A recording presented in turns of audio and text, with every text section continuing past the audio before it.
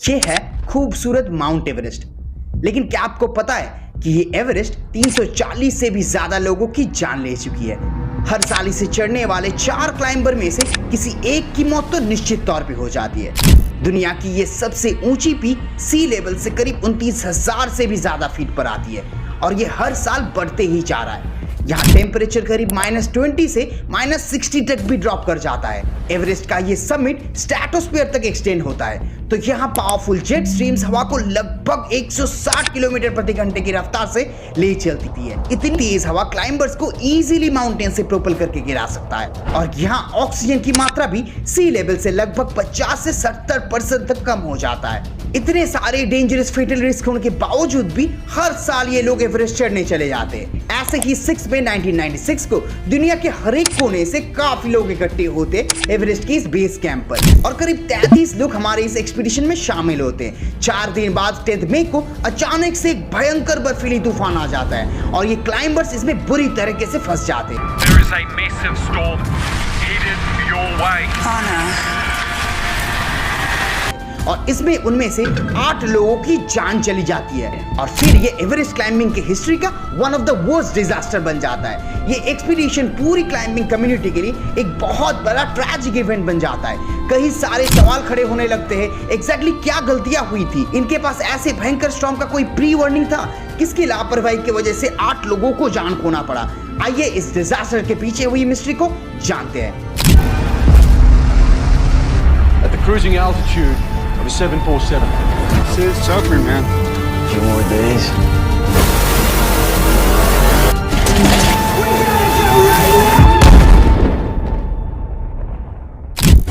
दुनिया की ये सबसे ऊंची चोटी पर चढ़ना हर उन क्लाइंबर्स के लिए एक सपना जैसा ही होता है। भले ही इनकी जिंदगी अलग अलग कहानियों से भरी हो, पर इन सब का सपना एग्जैक्टली सेम है।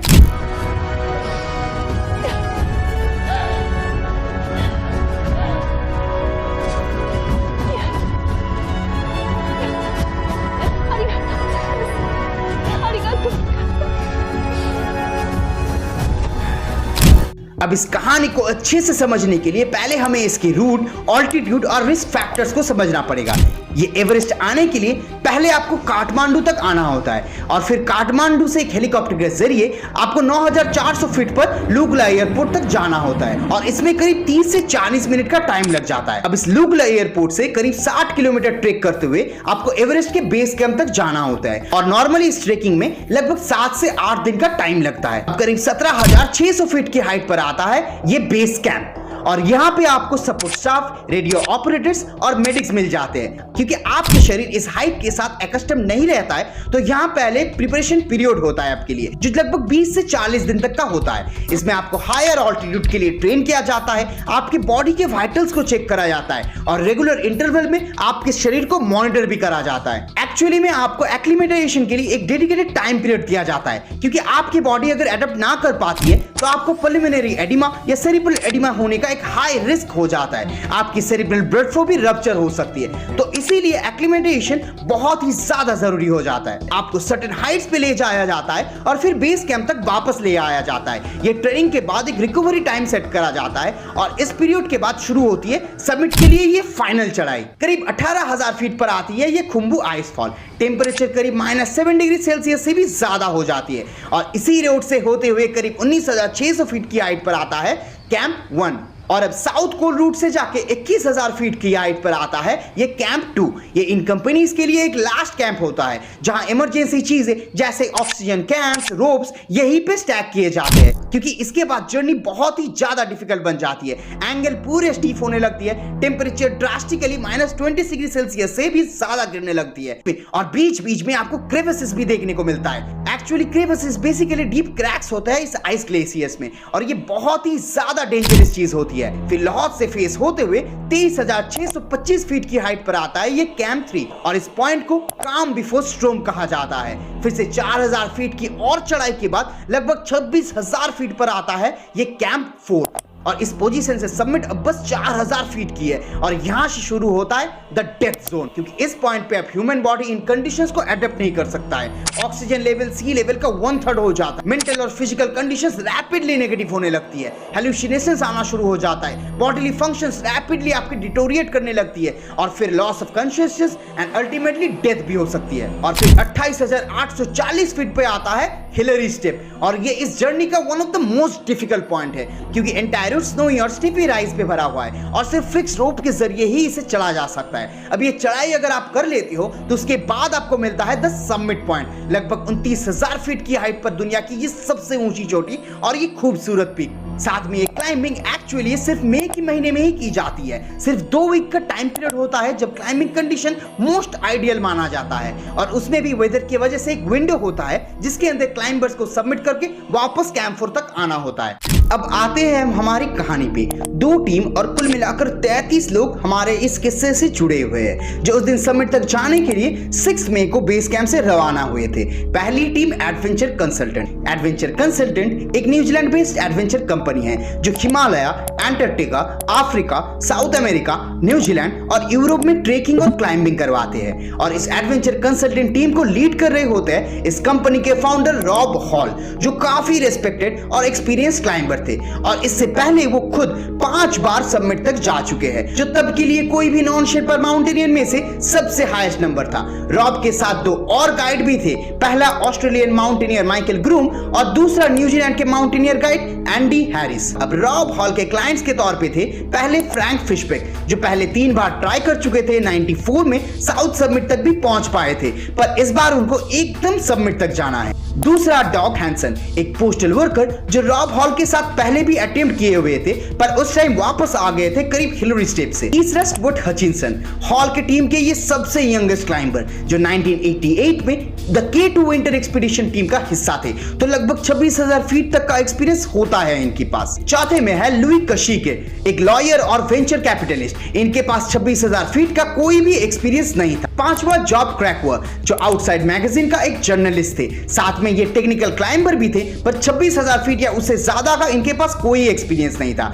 छठा यशुको नंबा, एक जापानीज औरत जो इससे पहले 6 आउट ऑफ 7 सबमिट्स कंप्लीट कर चुकी है। अब एवरेस्ट के बाद उनका 7 सबमिट भी कंप्लीट हो जाएगा। 7 सबमिट मतलब जो 7 ट्रेडिशनल कंटिनेंट्स है उनमें से सबसे हाईएस्ट माउंटेन को 7 सबमिट्स कहते हैं। सातवां जॉन तास्के, इस टीम के सबसे बुजुर्ग क्लाइंबर, इनके पास भी 26,000 फीट की कोई एक्सपीरियंस नहीं है। आठवां बेक वेदर्स, जो 10 साल से क्लाइंबिंग कर रहे होते हैं पर इनके पास भी 26,000 फीट की ऑल्टीट्यूड का कोई भी एक्सपीरियंस नहीं था। इन्हें छोड़ के थे 6 और शेरपा और उनका सरदार शेरपा आंग दोर्जे। तो कुल मिलाकर 17 लोगों की टीम बन जाती है ये एडवेंचर कंसल्टेंट की।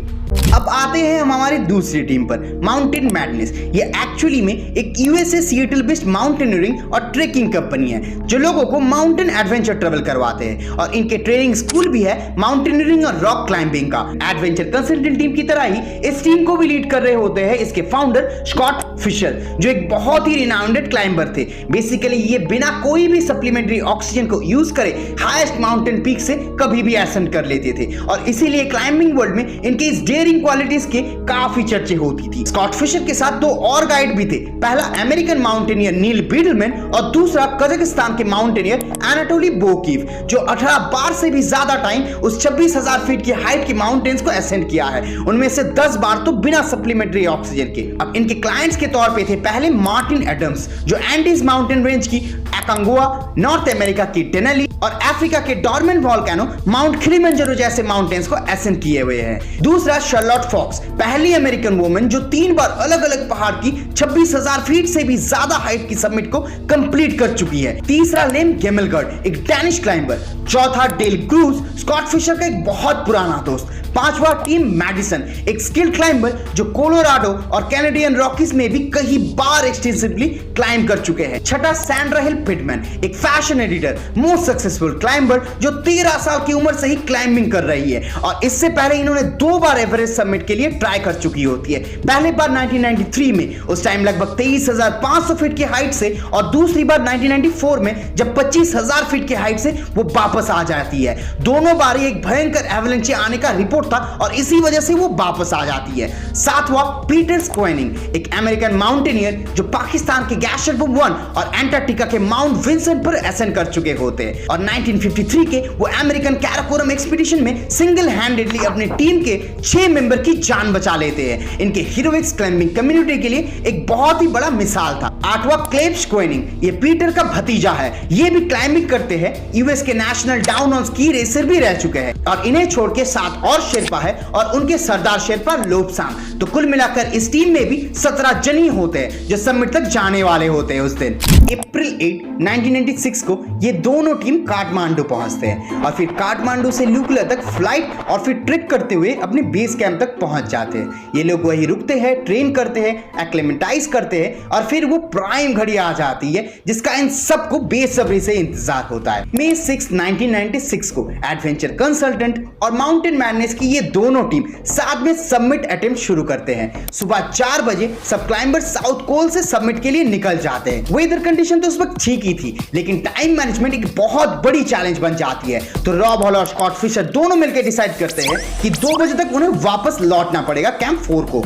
असल में 1996 में इस इवेंट के कुछ टाइम पहले ही इस एरिया में काफी स्नोफॉल हुई थी, जिसके चलते याक्स बेस कैंप तक नहीं पहुंच पा रहे थे, तो सप्लाईज भी नहीं आ पा रहा था। इसीलिए जब ये याक सप्लाईज लेके आ जाता है तब इस विंडो पीरियड के टाइम और भी कम हो जाता है। तो सारे एक्सपीडिशन टीम्स उन्हीं बचे कुछ दिनों के लिए ही अपना शेड्यूल को सेट कर लेते हैं और इसी कमर्शियलाइजेशन के कारण ही 10 मई 1996 के उस दिन लगभग 50 से भी ज्यादा लोग सबमिट के लिए अटेम्प्ट कर रहे थे, जो 6 मई को बेस कैंप से शुरू हुआ था। अब 10 मई की चढ़ाई के वक्त रॉब हॉल को बेस कैंप से रेडियो कम्युनिकेशन की जाती है, जहां उन्हें कड़ी वार्निंग दी जाती है कि दोपहर के टाइम एक भयंकर तूफान आने का बहुत बड़ा चांस है। पर रॉब हॉल को लगता है कि 2 बजे का रिटर्न टाइम है, तो ये लोग सेफली कैंप 4 तक वापस आ जाएंगे इस टाइम में और इसीलिए प्लान के मुताबिक ये लोग चढ़ने लगते हैं। पर जल्द ही ये एक्सपीडिशन डिले होना शुरू हो जाती है। शेरपास और गाइड्स के द्वारा ये फिक्स्ड रोप इंस्टॉल ना करने के कारण इन क्लाइंबर्स को 27,000 की फीट की हाइट पर बैल्कनी पर ही करीब 40 मिनट तक रुकना पड़ता है और इसी बीच बैल्कनी में एक भीड़ लग जाती है। लोग लाइन में वेट करने लगते हैं और ये कंजेशन हिरेली स्टेप तक बढ़ जाती है। यहाँ पे भी लगभग 1.5 घंटे का टाइम लॉस हो जाता है इन्हें। इस डेंजरस डेथ जोन में भी फिक्स्ड रोप्स लगाया नहीं गया था, तो टोटल 2 से 2.5 घंटे उन्हें बस वेट ही करना पड़ा। अब करीब 1:07 पर माउंटेन मैडनेस के गाइड एनाटोली बोकिफ पहले आदमी बन जाते हैं जो सबमिट तक पहुंच जाते हैं। उनके पीछे पीछे एंडी हैरिस, जॉन क्रोकनर, क्लेब स्क्वेनिंग सबमिट तक पहुंच जाते हैं। फिर रॉब हॉल के साथ याशुको नंबा और बिडलमैन भी पहुंच जाते हैं। इसी बीच करीब 2:30 पर एनाटोली बोकिफ कैंप 4 की ओर डिसेंड करने लग जाते हैं। करीब 3 बज जाता है, पर अभी भी काफी क्लाइंबर्स सबमिट तक नहीं पहुंच पाए थे। बिग ब्रदर्स तो बीच में ही हिल स्टेप के करीब रुक गए थे। बर्फ के ये तेज रिफ्लेक्शन की वजह से वो ब्लाइंड हो गए थे, तो रॉब हॉल उन्हें वहीं पे वेट करने को कह देते हैं। रॉब के टीम के सरदार शेरपा आंग डॉर्चे और बाकी शेरपा इन क्लाइंट्स के लिए सबमिट में ही वेट कर रहे थे और 3:30 बजे के करीब रॉब के गाइडेंस के अनुसार वो लोग डिसेंड करने लगते हैं। अब 3:45 को स्कॉट फिशर फाइनली सबमिट तक पहुंच जाते हैं, पर वो बहुत ही बीमार हो जाते हैं। अब मौसम जल्द ही बिगड़ने लगती है, हवा बहुत ही ज्यादा तेज होने लगती है। अब नीचे आते वक्त आंग डॉर्चे को डॉग हैंसन मिलता है। आंग उन्हें वापस कैंप 4 को लौटने को कह देते हैं। हैंसन वर्बली बिना कुछ कहे बस अपना गर्दन से सबमिट की ओर इशारा कर देता है। अब रॉब भी वहां आ जाता है और वो भी हैंसन को नीचे जाने को कहता है, पर हैंसन इस बार अपनी चिप्पी तोड़ता है और वो कहता है कि वो फिर से वापस मुड़कर नहीं जाना चाहता है। उनके लिए ये एक आखिरी उम्मीद है अपने बच्चों को दिखाने के लिए कि एक नॉर्मल पोस्टल वर्कर भी अपने इम्पॉसिबल ड्रीम्स को पॉसिबल कर सकता है। ये सुनकर रॉब हॉल फिर से डॉग हैंसन को सबमिट तक ले जाते हैं और एंग डॉर्जे को नीचे जाते हुए लोगों को गाइड करने के लिए मदद करने भेज देते हैं। अब लगभग 5 बजे रॉब और हैंसन सबमिट पे पहुंच जाते हैं। दोनों बहुत ज्यादा खुश हो जाता है, पर यह खुशी उनके लिए टिकने नहीं वाली थी, क्योंकि कुछ देर बाद रॉब को दिखता है कि हैंसन की ऑक्सीजन कैन पूरी तरीके से खत्म हो चुका और देखते ही इसी वक्त करीब 5:30 बजे वो तेज चलने वाली हवा एक फुल स्केल ब्लीजर्ड में बदल जाती है। रॉब रेडियो पर हेल्प के लिए कॉल करते हैं। वो कहते हैं I need someone to come back up with oxygen, over. Somebody please, I'm begging you. Helen, please. I need a bottle of gas at the Ellerista. I can't get him down without it.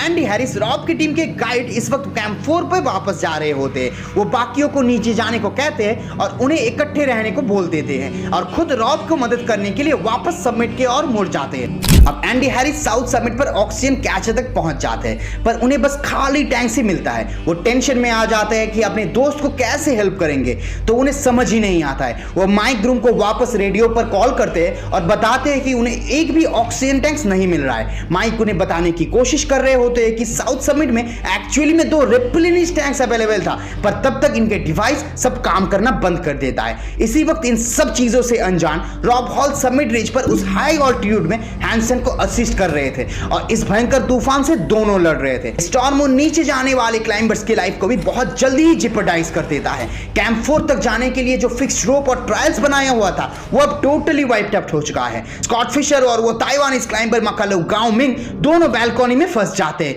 इसी बीच storm में कई climber South Col में भी फंस जाते हैं। Mountain Madness की guide Beidleman, उनके clients Klev Schoening, Charlotte Fox, Gammelgaard और एडवेंचर कंसल्टेंट के गाइड माइक ग्रूम, उनके साथ उनके क्लाइंट्स यशुको नंबा, बेक वेदर्स इस ब्लिजर्ड में भटक जाते हैं। अब करीब मिडनाइट के टाइम ये ब्लिजर्ड धीरे धीरे क्लियर होने लगती है और उन्हें आहिस्ता आहिस्ता करीब 200 मीटर दूर एक कैंप दिखाई देता है। ये कैंप एक्चुअली में इमरजेंसी के कारण सेट करना पड़ा था, जहां पीट्स कोइंग जैसे क्लाइंबर्स रुके हुए थे। अब सब कुछ क्लियर होते ही करीब 2:15 पे गाइड एनाटोली बोकिफ अपने लॉस्ट क्लाइंबर्स को ढूंढने निकल पड़ते हैं और सैंडी पिडमैन, फॉक्स और मैडसन को बहुत सेफली कैंप तक वापस ले आते हैं। पर वो एडवेंचर कंसल्टेंट के यशुको नंबा और बेक वेदर्स को वही छोड़ देते हैं। उनकी हालत बहुत ही खराब था। बोकिफ का कहना था कि ये दोनों किसी भी हालत में बचाए नहीं जा सकते, उन्होंने जो बच सकते हैं बस उन्हीं को सेव किया है। इसी बीच स्टुअर्ट हचिनसन, रॉब हॉल का बस एक क्लाइंट, ये अपने टीम मेंबर्स को ढूंढने निकल पड़ते हैं 2 शेर्पा के साथ। वो फिशबैक, माइकल ग्रूम, लो कशिके,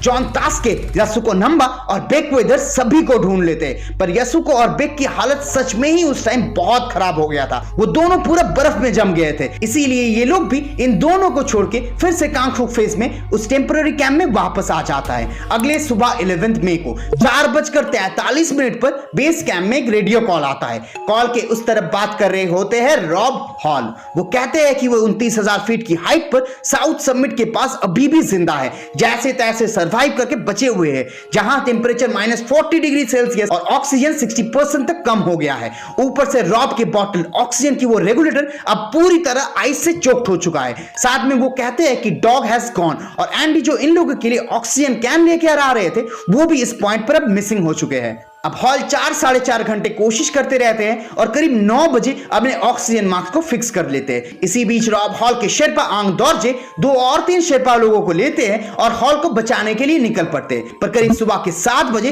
फिर से एक बहुत बड़ी तूफान आ जाती है। आंग दौरजे के साथ बाकी शेर्पा लोगों को भी वापस आना पड़ता है और फिर ये तूफान फिर से 4 से 5 घंटा तक चलती रहती है। अब रॉब खुद से कोशिश तो करते हैं, पर उसके लेग्स वर टोटली फ्रोजन, उठ के खड़ा होना लगभग उनके लिए इम्पॉसिबल हो गया था। अब करीब दोपहर के टाइम रॉब फिर से बेस कैंप पे कनेक्ट करते हैं। रॉब शांति से ये सारा चीज सुनते हैं, थोड़ी देर एकदम साइलेंट रहते हैं और फिर अपने वाइफ से कनेक्ट करवाने की मांग करते हैं। बेस कैंप के रेडियो ऑपरेटर अब रॉब को जैन अर्नल्ड के साथ एक सैटेलाइट फोन के थ्रू कनेक्ट करवा दिया जाता है और अब जो होने वाला था वो सारे क्लाइंबर्स को अपने अपने रेडियो पे सुनाई देता है। रॉब और जैन अपने होने वाले बच्चों का नामकरण करते हैं और एक फाइनल लाइन कहता है, Hi, sweetheart.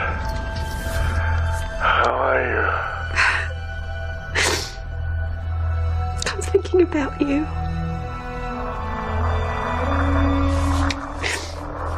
You sound good. Are you warm, my love? I'm alive with a little frostbite.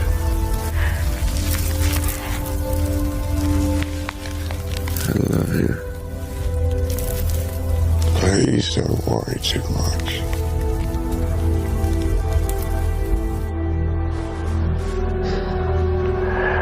Good night, my love.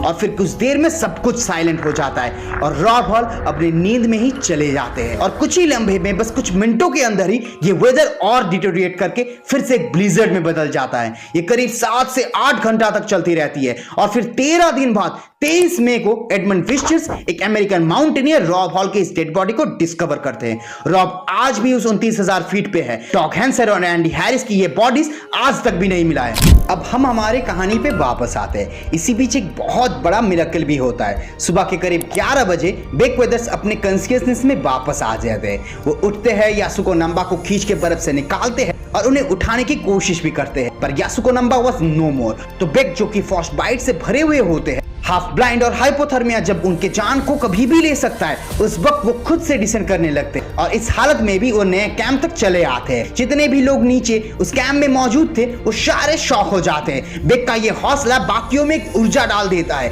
वो लोग तुरंत उसे टेंट के अंदर लेके आते हैं और गर्म पानी में उन्हें ट्रीट करने लगते हैं। 12 में मॉर्निंग के करीब 6 बजे फिर से एक बड़ी तूफान आ जाता है और इनके टेंट्स को उड़ा ले जाता है। तुरंत उन्हें जैसे तैसे इवैक्यूएट करके कैंप 2 तक जाने का ऑर्डर मिलता है। इतनी बुरी हालत में भी बेक मोस्टली अपने पावर के जरिए ही नीचे उतरने लगते हैं। करीब 2 दिन का समय लगता है उन्हें और रेस्क्यू टीम के साथ बेक कैंप 2 तक फाइनली पहुंच जाता है और इस पॉइंट पे वो अपना विल पावर भी खो बैठे हैं। इसी बीच बेस कैंप के ऑपरेटर्स बेक के वाइफ पीच को कांटेक्ट करता है, सारे चीजें समझाता है और पीच अमेरिकन एम्बेसी से कांटेक्ट करते हैं और प्लान करते हैं कि वो एक हाई ऑल्टीट्यूड हेलीकॉप्टर रेस्क्यू करवाएंगे।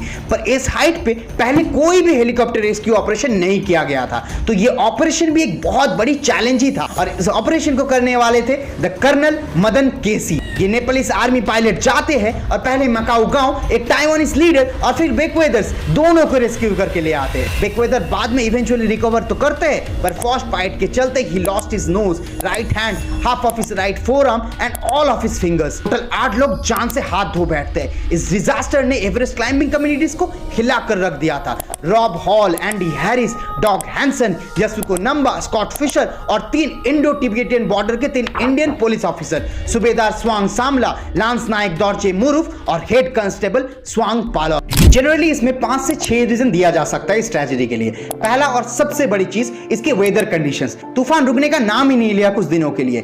दूसरा, इनके गलत डिसीजन। वार्निंग मिलने के बाद भी ये लोग चढ़ाई को जारी रखे हुए थे। तीसरा, लेट स्टार्ट टाइमिंग। एक्चुअली सुबह के 2 या 3 बजे तक का एक आइडियल टाइम होता है, पर इनके काफी क्लाइंबर्स उस दिन 5 या 6 बजे को स्टार्ट किए थे। चौथा, बॉटलनेक पे फिक्स्ड रोप्स नहीं होना।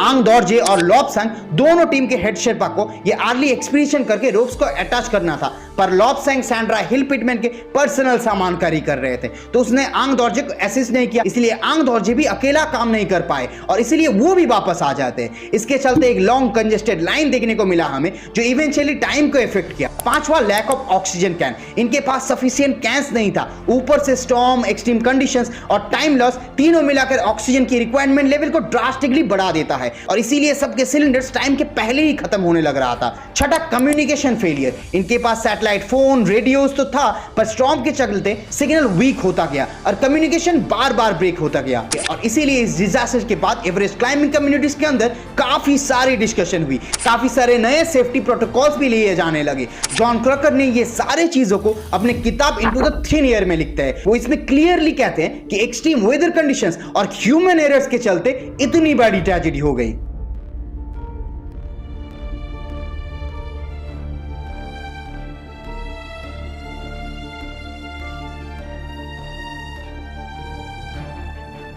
दोस्तों, अगर ये वीडियो पसंद आया है तो जाने से पहले इस वीडियो को लाइक करते हुए जाइए और ऐसे ही रियल इंसिडेंट पे बेस्ड कुछ और नए सर्वाइवल कहानियों के लिए हमारे इस चैनल को सब्सक्राइब कर लीजिए। तो चलिए मिलते हैं नेक्स्ट वीडियो में एक और नए सर्वाइवल कहानी के साथ। तब तक के लिए धन्यवाद।